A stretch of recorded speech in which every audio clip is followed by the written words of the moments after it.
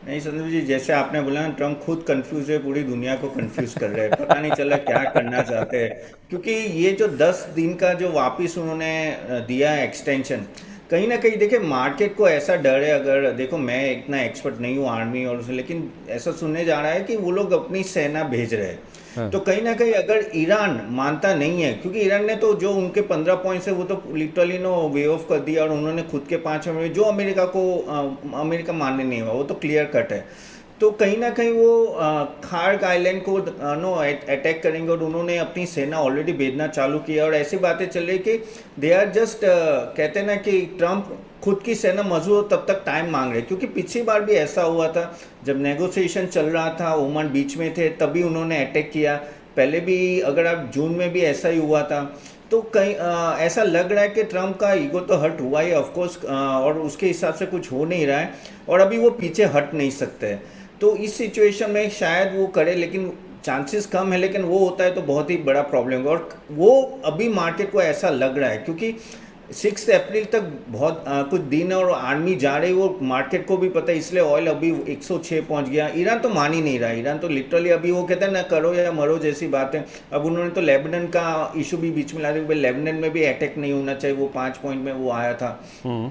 तो ये चीज़ ओवरऑल ना मार्केट को पसंद नहीं आया, इसलिए ये वीकेंड थोड़ा डेंजर होगा, मुझे ऐसा लग रहा है। 5-6 तारीख तक क्या होता है, उसमें हमारी एक छुट्टी भी आ रही है शायद, if I am not wrong.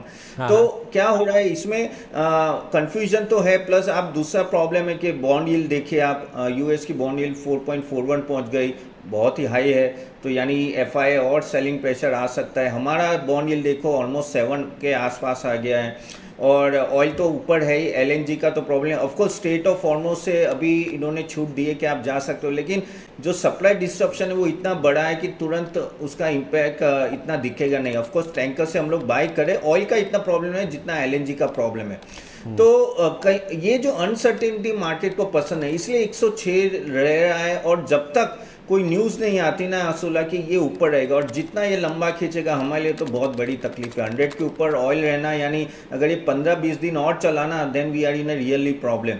तो दैट इज़ द मार्केट को, ये कन्फ्यूजन की वजह से कहीं ना कहीं मुझे ऐसा लग रहा है कि थोड़ा सतर्क रहना पड़ेगा। ये वीकेंड आ रहा है, ऐसे भी हम लोग वीकेंड में लाइट ही रहना चाहिए, वो तो हम सब मानते हैं, बट थोड़ा 6 तारीख तक वापस, मुझे बस डर इसका है कि कोई बड़ा इन्वेजन नहीं होना चाहिए, क्योंकि अगर ट्रंप ने ट्रूप अगर भेजी तो फिर मामला बहुत बिगड़ जाएगा। अदरवाइज मुझे ऐसा लग रहा है 22,000 के नीचे नहीं जाएगा, या 22,500 तो यहीं कहीं घूमेगा, लेकिन वो हुआ तो फिर तो पता ही नहीं लोअर लिमिट क्या है। चलिए, इस बीच आपको इस समय की सबसे बड़ी खबर बता देते हैं। इस समय की सबसे बड़ी खबर यह है कि सरकार ने पेट्रोल और डीजल की जो प्राइजेस हैं उसके ऊपर जो एक्साइज ड्यूटी लगती है, जो प्राइस का पार्ट होता है, एक्साइज ड्यूटी में 10 रुपये प्रति लीटर की कटौती की है। पेट्रोल के ऊपर जो 13 रुपये की एक्साइज ड्यूटी है उसे घटाकर 3 रुपये कर दिया गया है, और डीजल के ऊपर जो एक्साइज ड्यूटी 10 रुपये लगती थी उसे पूरी तरह से घटाकर कर दिया गया है जीरो, यानी कि खत्म कर दिया गया है इस एक्साइज ड्यूटी को। तो क्या ये अब लोगों को राहत के तौर पे दिखेगा, क्योंकि अंडर रिकवरीज काफ़ी है सर, प्राइजेस काफ़ी ज़्यादा बढ़ गए हैं। तपन सर, डजंट सीम्स लाइक कि ये पास ऑन कर दिया जाएगा, ये केवल आई थिंक ओएमसीज के लिए राहत है। जैसा आई थिंक, मैं अगर एक एचपीसीएल के पूर्व सीएमडी हैं एम के सुराना जी, उनका एक टेक पढ़ भी रहा हूँ कि इससे जो पंप के प्राइजेस हैं उसमें शायद कोई अंतर आपको ना देखने को मिले। तो चूंकि क्रूड आपका $100 के ऊपर है ब्रेंट का भाव, और आपकी बास्केट तो और भी ज़्यादा ऊपर है, जिसको हमने कुछ दिन पहले डिस्कस किया भी था, तो ये अंडर रिकवरीज के तौर पर देखा जाए तो भरपाई के रूप में ओएमसीज के लिए अच्छी खबर हो सकती है। तो तपन सर, आप कैसे देखते हैं इस फैसले को ओएमसीज के हिसाब से? जी सही बोल रहे हैं आपने संदीप जी, उसके लिए ही है क्योंकि अंडर रिकवरी होती है। और अगर आप देखो तो ऑफ कोर्स फिजिकल ऑयल तो हमें भी पता है, इंडियन क्रूड बास्केट $140 के या $150 पे हमें मिल रहा है, तो बहुत ही बड़ा खर्चा है, और ओएमसी को इम्पैक्ट भी आ रहा है। अब देखो ये एक्साइज ड्यूटी कब, एक्साइज ड्यूटी हमेशा चेंज होती है, जैसे हमें पता है कि जैसे ऑयल के प्राइस नीचे बढ़ जाते हैं तब गवर्नमेंट एक्साइज ड्यूटी बढ़ा देती है, क्योंकि ओएमसी को एक्सेप्शनल प्रॉफिट ना हो। वैसे अगर ये क्रूड ऑयल बढ़ता है तो ये कम करते हैं। तो ऑफकोर्स ये पास ऑन तो नहीं हुआ, क्योंकि जब क्रूड इतना बढ़ता है तो अगर पास ऑन करते हैं, ये तो कभी नहीं होता। ये लोग ने कम ही नहीं किया तो बड़ा, आगे भी मुझे नहीं लग रहा है कि वो कम करेंगे। तो ये आगे जाके भी अगर कुछ ना हुआ तो ये 10 रुपये भी जो रखा है वो भी थोड़ा नीचे होगा, अगर क्रूड यहाँ सस्टेन होता है। लेकिन ओएमसी को बड़ा मार पड़ रहा है, अभी मार्जिन्स का इशू आएगा। लेकिन आप देखो तो 1.5-2 साल उन्होंने अच्छा कमाया भी है, अगर आप देखो तो नो अच्छा खासा $65-70 चल रहा था 1.5 साल तक, तब उन्होंने मार्जिन भी अच्छा खासा कमाया है। तो अभी वही कॉम्पनसेट होता है, और ये होता है नो कमोडिटी शेयर्स में ये बहुत प्रॉब्लम होती है कि जब टाइट टर्न होता है ना तब प्रॉब्लम आ जाती है। तो अभी ओएमसी को थोड़ी राहत देने के लिए ये है, अभी $106 है। अभी हमें भी पता नहीं क्रूड बास्केट कितना नीचे जाएगा, क्योंकि ये 10 दिन है, इसमें क्या होने वाला है। नेगोशिएशन मेन है कि नेगोशिएशन में कुछ आता है कि नहीं आता है।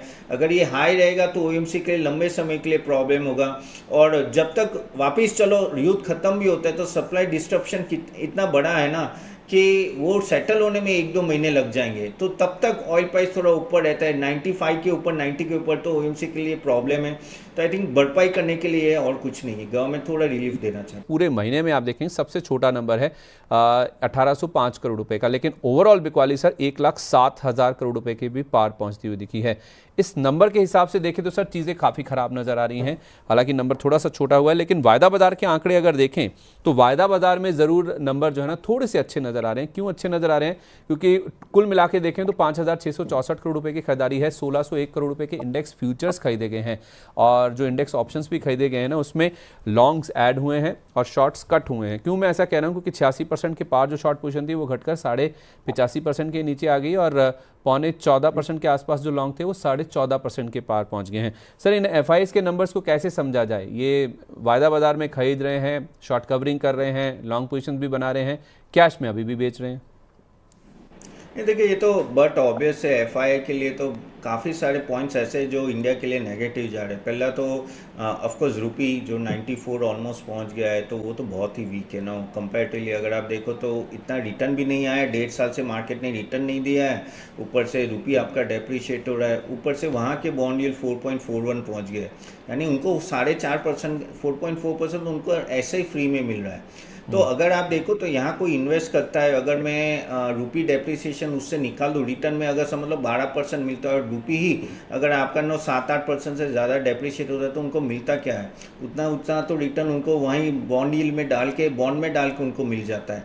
तो ये एक बड़ा रीज़न है। प्लस हमें उनको भी पता है कि oil import and all that जो अपना बड़ा है, और जिस तरह से अभी भी ट्रम्प के बयान है, कहीं ना डिस्पाइट दिख नहीं रहा है ईरान बहुत ही मजबूत सिचुएशन में, और इस बार ठान लिए ईरान ने कि पूरी दुनिया को पता चल के ईरान से अटैक करने का मतलब क्या होता है। तो वो ऐसे सिचुएशन में तो ऑफ कोर्स कोई पॉसिबल नहीं हो। प्लस वो क्या देख रहे हैं कि आपका इंडियन इकोनॉमी रूपी और डी वैल्यू होगा, क्योंकि डेवलपिंग करेंसी सब वीक हो रही है, तो हम भी वीक होंगे, क्योंकि एट द एंड हमें अपने एक्सपोर्ट्स बचाने हैं, हमें textile, James and jewellery, leather, ये सब सेक्टर बचाने हैं, फार्मा सेक्टर बचाना है। तो you have to keep no rupee depreciate, इसलिए आरबीआई इतना इन्वॉल्व भी नहीं हो रहा है, दिख रहा है क्लियर कट। तो जब एफआई को पता है कि ये कितना भी अच्छा रिटर्न दे दे, लेकिन रूपी डेप्रिसिएशन मुझे प्रॉब्लम है, तो क्यों आएंगे? Plus of course quarterly earning तो इम्पैक्ट है ही, और ऊपर से मिडल ईस्ट का भी एक इशू हुआ है कि मिडल ईस्ट का अगर इन्वेस्टमेंट वहाँ कहीं ना कहीं आउटफ्लो यहाँ कम होगा और वहाँ भी कम होगा, तो वहाँ उसका भी इम्पैक्ट एफआई कहीं ना कहीं नो काउंट कर रहे हैं। तो बहुत सारी चीज़ें हैं कि जो हमारे खिलाफ जा रहे हो। आई थिंक एफआई इसलिए सेलिंग प्रेशर में। हाँ, अगर थोड़ा कहते हैं ना कि ये ऑयल नीचे आता है तो थोड़ी बाइंग आती है फ्यूचर में, लेकिन फुल ऑन तो मुझे नहीं लगता अभी कुछ क्वार्टर तक दिखेंगे एफआई। इन्फ्लेशन को लेकर भी जो टारगेट सेट किए गए ना अगले 5 साल के लिए, आपने वो आई एम श्योर खबर देखी होगी, 4% का जो सरकार ने महंगाई का टारगेट है वो सेट किया है, ±2%, यानी कि जो ऊपरी टॉलरेंस लेवल है वो 6% है और लोअर लेवल 2% पर रखा गया है। ये 1 अप्रैल से 31 मार्च 2031 के लिए 5 सालों के लिए इन्फ्लेशन टारगेटिंग सर जो सेट की गई है, इसे कैसे समझा जाए? सारी सीरीज चेंज होने के बाद अब भी अगर सर 4% और 6%, 2% का जो हायर लोअर बैंड सेट किया गया है, इसको कैसे समझा जाए? नहीं, ऑफ कोर्स देखो लॉन्ग टर्म में तो ये ठीक ही है, क्योंकि एट द एंड हमारे आगे भी काफ़ी वॉर आए थे। जब रशिया यूक्रेन क्राइसिस हुआ था तो $120 पहुंच गया था ऑयल, 140 भी गया था, आई डोंट एग्जैक्टली रिमेंबर, लेकिन बाद में नीचे आ गया था। तो उस तरह से तो ठीक है, क्योंकि ये भी जो स्पाइक होगा लॉन्ग टर्म के लिए नहीं है, शॉर्ट टर्म के लिए। और देखिए एक चीज़ ये जानती है और आरबीआई भी जानते हैं, गवर्नमेंट भी जानते हैं, उनको लग ही रहा है ऐसा, कि मुझे भी ऐसा लग रहा है कि आगे जाके अगर ये सब सुलह हो जाती है और अगर ईरान अच्छी तरह से नेगोशिएट कर लेता है तो ईरानियन ऑयल भी आगे जाके आएगा मार्केट में। वेनेजुएला का ऑयल जो पहले नहीं आ रहा था वो भी अभी आएगा थ्रू यूएस। ईरान का ऑयल जो मार्केट में नहीं आया था वो भी आएगा। प्लस मिडल ईस्ट जो जिसमें इतनी तबाही हुई है उनको भी रीडेवलपमेंट करना है तो वो भी ऑयल के पंप खोल देंगे सबके लिए। तो कहीं ना कहीं ऑयल सप्लाई बढ़ेगा। तो अगर सब कुछ नॉर्मल होता है तो ऑयल इतनी जल्दी गिरेगा कि आप एक साल में 70-60 का भी देख सकते हो ऑयल प्राइस। ऐसा मुझे लग रहा है, क्योंकि at the end of the day, क्योंकि अभी जब आपके पास पैसे नहीं, क्योंकि मिडल ईस्ट पूरा ऑयल पे डिपेंड होता है, 80% से ज़्यादा उनकी रेवेन्यू वहाँ से आ रही है। ईरान की 95% आ रही है। अगर सैंक्शन हट जाते हैं तो वो क्यों नहीं प्रोड्यूस करेगा। तो at the end oil price नीचे जाएंगे ही जाएंगे, लेकिन कब जाएंगे वो हमें पता नहीं। और अगर ऑयल प्राइस 70-60 जाते हैं तो ऑफकोर्स इन्फ्लेशन 4 to 6 के बीच में रहेगा, उसमें कोई दिक्कत ही नहीं है। तो उस तरह से काउंट करते हैं गवर्नमेंट जब लॉन्ग टर्म देखते हैं। और मुझे लग ही रहा है कि ऑयल टेम्पररी है, अब कितना टेम्पररी वो पता नहीं। तो और इन्फ्लेशन में भी अगर आप देखें तो बाकी सब जो फैक्टर्स है वो इतने बड़े नहीं होते। तो मेरे हिसाब से ये ठीक है। हाँ, बस एक शॉर्ट टर्म में देखना पड़ेगा। हमारा 3.3 था तो अभी इन्फ्लेशन बढ़ के 1 महीने 2 महीने में कहाँ जाता है, 4.5 जाता है। तो फिर हमारा प्रॉब्लम वही होगा कि हम लोग इंटरेस्ट रेट कट साइकिल से बाहर निकल के अब इंटरेस्ट रेट बढ़ाने साइकिल में आ जाएंगे। और वो कब बढ़ेंगे तो भी गवर्नमेंट राह देखेगा, सॉरी आरबीआई राह देखेंगे कि 4, 4.5, 5 जाता है, फिर वो सोचना चालू है कट बढ़ाने के लिए। लेकिन हाँ, इंटरेस्ट रेट कट साइकिल शायद ऑलमोस्ट चली गई है, ऐसा लग रहा है। नहीं देखिए, कमी तो नहीं है, वो तो बात सरकार की सही है। ऑयल में अगर आप देखो तो इनफ है इनके पास इन्वेंट्री। मैंने भी देखा है पिछले 3 में अहमदाबाद में बहुत लाइन लगी थी पेट्रोल पंप के सामने, यानी ऐसी लाइन थी कि आधे किलोमीटर तक चल रही थी, किलोमीटर तक। और वो जो अफवाह फैली है कि बाप रे जैसे ऑयल कल ही ख़त्म होने वाला है, तो उसके वजह से था। लेकिन ये बार बार आई थिंक ट्विटर में ट्वीट भी हो रहा है गवर्नमेंट के एयर से और सब जगह से कि कोई खपत नहीं, तो वो एक अच्छी बात है। और अभी जैसे स्ट्रेट ऑफ हॉर्मुज से भी अभी टैंकर्स आ रहे हैं और हम लोग बहुत ही बड़ा बाय किया है वो कहते हैं ना, जो सी में ऑलरेडी सारे जो टैंकर्स होते हैं रशिया के, ईरान के, वहाँ से भी हमने काफ़ी ऑयल बाय किया है। ऑयल का प्रॉब्लम नहीं, प्रॉब्लम एलएनजी का है। एलएनजी की खपत ज़्यादा है, वहाँ हमें एलपीजी में दिख रहे कि वहाँ ऑलरेडी अभी भी लाइनें हैं अगर आप देखो तो। और अभी तो वो भी आई थिंक निर्देश आया है ना कि एलएनजी और पीएनजी जिनके पास दोनों एक्सेस है तो एलएनजी का उनका कैंसिल कर देंगे, क्योंकि और पीएनजी का रखना पड़ेगा उनको, गैस पाइपलाइन का रखना पड़ेगा, क्योंकि गैस पाइपलाइन जो होती है ना वो हमारी कंपनियां चला रही है, एमजीएल, आईजीएल, और वो प्रोड्यूस हम ही कर रहे हैं, तो वहाँ दिक्कत नहीं आ रही है। लेकिन चलो अच्छी बात है कि नो सब कंट्रोल में होपफुली, और आगे भी कंट्रोल में रहेगा। बिल्कुल कंट्रोल में रहेगा। लेकिन ये जो राहत आई है ना सर 10 रुपये की पेट्रोल और डीजल पर ओएमसीज़ के लिए, ये बहुत बड़ी राहत है। क्यों मैं ऐसा कह रहा हूँ, क्योंकि अगर आप देखेंगे तो इन्होंने कीमतें बढ़ाई नहीं है, जो पूरा मामला बना है। इस बीच ये ज़रूर हुआ है, प्राइवेट सेक्टर की जो कंपनी है नायरा एनर्जी, उन्होंने पेट्रोल 5 रुपये और डीजल 3 रुपये महंगा कर दिया था। तो अगर कोई प्राइवेट कंपनी 5 रुपये पेट्रोल बढ़ा रही है और 3 रुपये डीजल के दाम बढ़ा रही है, दैट मीन्स इतना ही उनको अंडर रिकवरी हो रही थी या फिर इतने में वो खुश हैं, तो उससे 2 गुना, पेट्रोल की जहाँ तक बात है तो 2 गुना और डीजल की जहाँ तक बात है तो 3 गुना रिलीफ सरकार ने दे दिया इन ओएमसीज़ को। तो सर उस हिसाब से देखा जाए तो ये बहुत बड़ा रिलीफ दिख रहा है, क्योंकि ओएमसीज़ ने कीमतें स्थिर रखी थी तो उस समय लग रहा था कि 5 रुपये और 3 रुपये लूज कर रहे हैं, लेकिन 10-10 रुपये का जो राहत आई है सर नायरा एनर्जी से अगर कंपेयर करें तो फिर तो बहुत बड़ा रिस्पाइट लगता है ये।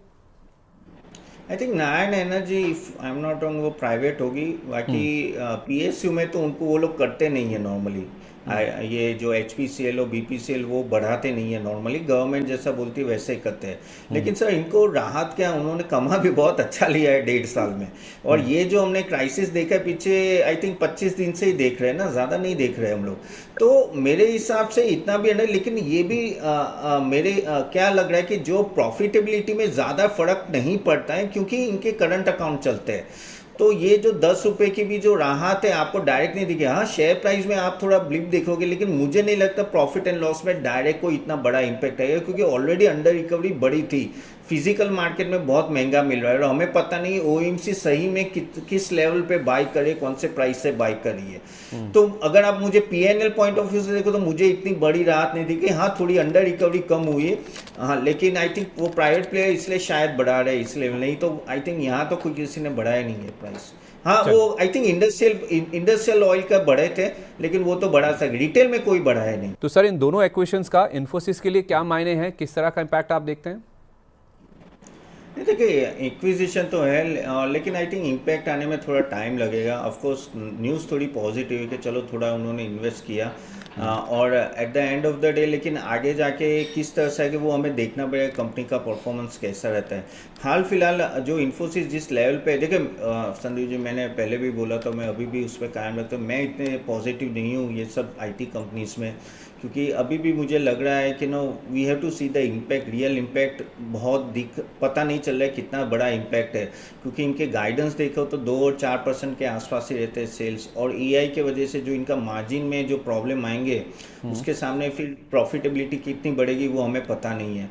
सो आई एम स्टिल ना 1 साल 1.5 साल हमें, मैं मानता हूँ कि देखना चाहिए कि कौन सी आईटी कंपनी इमर्ज करके आती है और फिर उसमें बाय करे तो बेटर रहेगा। और जो हम लोग जो बात करते हैं कि करेंसी डेप्रिशिएट हो रही है तो उनको फ़ायदा है, लेकिन आप समझो अगर 2006 में हमारी करेंसी 45 रुपीज़ थी पर डॉलर, ओके, आज हम लोग 94 पे थे, यानी डबल से ज़्यादा हो गया।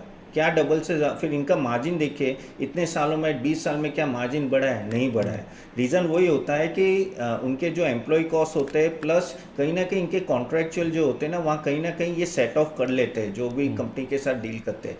इसके सामने फार्मा में अगर आप देखो तो करेंसी डेप्रिशिएट होता है तो वहाँ उनको मार्जिन एक्सपेंशन दिखता है, इनका नहीं दिखता है।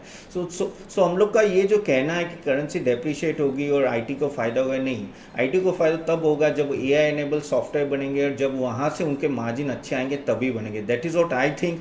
तो इसलिए मैं इतना पॉजिटिव नहीं हूँ। तो ऑफकोर्स ये न्यूज़ है तो शायद उसके वजह से थोड़ा पॉजिटिव, लेकिन लॉन्ग टर्म में I think I still wait for 1.5 year और सी कौन से चल फील करेंगे। हमारे कोई भी मॉडल पोर्टफोलियो क्लाइंट्स हमने पिछले 1 साल से हमने कोई स्टॉक्स रखे नहीं है आईटी के। ठीक है, ओके। तपन सर, ये जो इंडिया विक्स हमारा उछला है, बढ़कर आया है इतना ऊपर, 25 के पार निकल गया, अमूमन 12-13 के आसपास हम मानते हैं कि शायद ये सही कंफर्टेबल सिचुएशन होती है, तो वहाँ से ऑलमोस्ट डबल भाव पे है। आपके हिसाब से सर किसके नीचे आ जाए, या फिर क्या लेवल इंपॉर्टेंट होगा जिस पर मान के चले कि हाँ वॉलिटिलिटी सेटअप हो गई या फिर सेटल हो गई है मार्केट में, या फिर उथल पुथल खत्म हो गई है, अब डिसाइसिवली ट्रेड्स प्लान किए जा सकते हैं? सर देखिए, जब 22,500 था और उसके बाद हम आई थिंक 23,400 तक गए, 900 पॉइंट ऊपर गए, उसमें विक्स इतना गिरा नहीं था। विक्स ऑलमोस्ट 24.9 के आसपास ही था, फिर अभी आई थिंक आज 25 क्रॉस हो गया है। तो वो दिखा था कि ठीक है मार्केट में थोड़ी रिलीफ आई, रैली आई, लेकिन विक्स एक अच्छा इंडिकेटर होता है कि मार्केट कन्फ्यूजन में अभी भी पता नहीं कहाँ जाना चाहता है।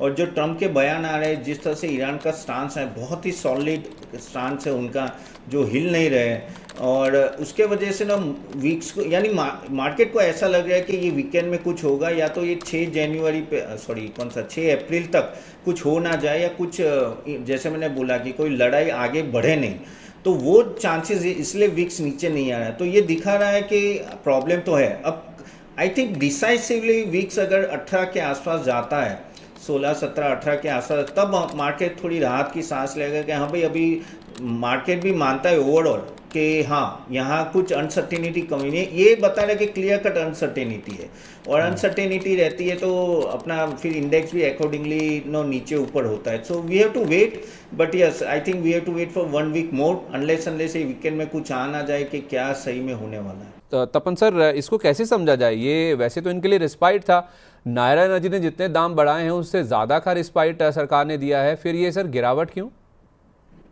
क्योंकि अंडर रिकवरी बढ़ी है ना संदीप जी। ये जो 10 रुपये कुछ नहीं है जिसके सामने, वो $70 पे चल रहे थे और अभी 106 चल रहा है, और आई डोंट नो एग्जैक्टली कितने में मिले, यानी $30-40 का लिटरली वो नीचे चल रहे हैं ऊपर से, और ये रुपी में आप जो दे रहे हो, करेक्ट। तो एट द ऐसे डॉलर रुपी का मैं direct I can not no correlate, but लेकिन मेरे हिसाब से अंडर रिकवरी ज़्यादा है और वो रहेगी। और ऐसा मार्केट को है कि आगे जाके भी क्रूड ऑयल अगर 110-120 जाते हैं तो और इनको प्रॉब्लम आएगी, तो उसके वजह से ओएमसी में तेज़ी नहीं है, और वो मैंने लास्ट वीक भी बोला था कि ओएमसी के best margin are behind us. तो जब तक स्टेबल होके ऑयल वापस 85-80 के आसपास नहीं जाता तब तक ऑयल ओएमसी में कहते हैं हर राइस पे सेलिंग प्रेशर। तो मुझे लग रहा है थोड़ा भी राइस आता है तो सेलिंग जो फंस गए वो निकल रहे हैं। ठीक है, मतलब यहाँ पर उछाल पे निकलने की राय ज़्यादा होगी, मतलब आप कह रहे हैं फिर खरीदारी का मौका नहीं? 100% ओएमसी में तो उछल के निकलने की राय है। ऑयल एक्सप्लोरेशन कंपनी जैसे ओएनजीसी हो गया, ऑयल इंडिया हो गया, रिलायंस, वहाँ आप बाई करो, यहाँ से तो निकलने का ये तो क्लियर कट है। अभी ठीक है। निकलो, हाँ, जब जब ऑयल वापिस 80 के आसपास आने लगे और लगा कि अभी ऑयल स्टेबल हो जाएगी, यानी वॉर खत्म हुई, ईरान का ऑयल आया, वेनेजुएला, तब वापिस बुल हो जाओ। क्योंकि ऑयल जैसे मैंने बोला कि अगर साल के एंड में आ जाता है तो वापिस ओएमसी की चांदी चालू होगी। तो ये जो हिंदुस्तान कॉपर है, हिंदुस्तान जिंक है, ये भी ट्रेडिंग प्लेस होते जा रहे हैं सर। जिस तरह से कमोडिटी प्राइसेस मूव करती हैं ना, उसी तरह से ये एक्ट करते हैं। बुधवार को हम देख रहे थे कि इनमें गिरावट थी या फिर एक्शन नीचे की तरफ था। आज हिंदुस्तान कॉपर में फिर से 0.25% के आसपास का अप मूव है। सर फंडामेंटली देखा जाए, हिंदुस्तान जिंक और हिंदुस्तान कॉपर जिस तरह के वैल्यूएशन प्राइजेस पर बैठे हैं, क्या इनमें कोई पोजीशन बनाई जा सकती है या फिर वेट करें? नहीं, देखिए, बेस मेटल का प्राइसिंग जैसे बढ़ता है तो जैसे आपने बोला वैसे इनको इम्पैक्ट आता है। तो वैल्यूएशन तो ऑफकोर्स स्ट्रेच है, उसमें कोई डाउट नहीं है। खास करके हिंदुस्तान कॉपर देखो किस value, I think if I am not wrong 45 EV/EBITDA बैठा है। ऐसे मेटल्स तो कभी इस लेवल पे होते नहीं है।